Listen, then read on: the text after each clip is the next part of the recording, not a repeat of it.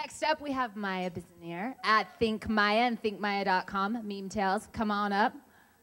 From my heart and from my hand, why don't people understand my intention?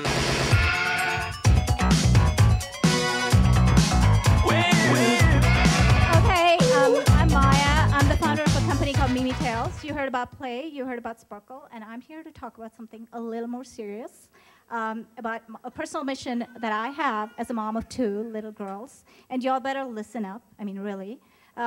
So everything starts with a personal story, and for me, it was the fact that I grew up as a sensitive little child. I'd see poor kids in the streets of India, and I'd be traumatized for months. And I grew up that way until about 3 years ago. I moved to Seattle with 2 little kids, and then all of a sudden something happened. Like 2 things. First of all, I couldn't focus on myself anymore, and there was no time to worry about the world. And something had to change. What about me? What about my career? What about my passions? And my only way out of this insanity was to just forget about the world and say, what are my passions and what are my abilities and what am I going to do with that?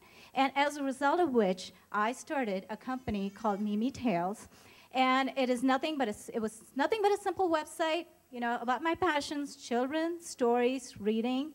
And I did what I could do best. I turned to technology. It was something really small when I was here last year. It was just, Jill knows, it was just a website. And today there's an app in the App Store. It's doing really well, and I'm being forced to grow up and raise some venture capital. So it's better than anything I ever expected. But it's not about that. I have been the happiest that I've ever been all my life. I think the reason is because for the very first time, I stopped to worry about the world. I stopped worrying about the world, and I said, I am going to focus on myself and my passions.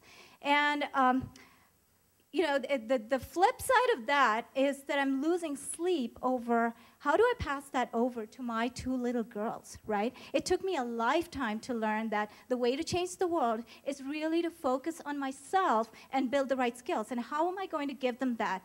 You're all thousands of women who are blogging today. Why aren't there thousands of women building technology products? Tell me that. Why am I one of the few? And why are there limitations? Why do people feel, women feel those limitations? And how am I going to change that? And then it just dawned upon me, it's code. If there's one thing I've done in the past year that has made me feel I can change the world all by myself, it's sitting in a room, writing code, throwing out products, and saying, I can do what I want to do, right? And that's the answer. Girls need to get into technology. They need to learn to write code. In today's world, really, writing code is like math. It's like science, right? And it's empowering because you don't have to be passionate about writing code. It doesn't have to be the everything in your life. Your kids have to learn to write code so that they can have other passion. Now, does it make sense? It frees you. It really frees you because you can do a whole lot if you learn to be friends with technology. So this is what I'm doing. I'm calling all of you out, all you moms and dads of little girls. Make it your mission, right? Expose your girls to technology early enough. It has to be a part of their lives. We can't whine and complain when we're in our 30s. It's got to change early. Make your little energetic storytellers into builders. That's what technology does. As they grow up, they turn all their dreams into reality, and technology lets them do that. And it's funny, there's an app for everything nowadays, right? So it's because it's really not that hard to take your ideas and build them into reality. And it is going to get easier and easier and easier. It doesn't matter what it is. They love fashion, they love, music, they can be building products around it. And last but not least, writing code is the coolest it's ever been. Sitting in a room, hacking out products. I mean, seriously, this is cool. I feel cool when I do that. And I talk from experience. It is the best ever thing that's happened to my own self-esteem.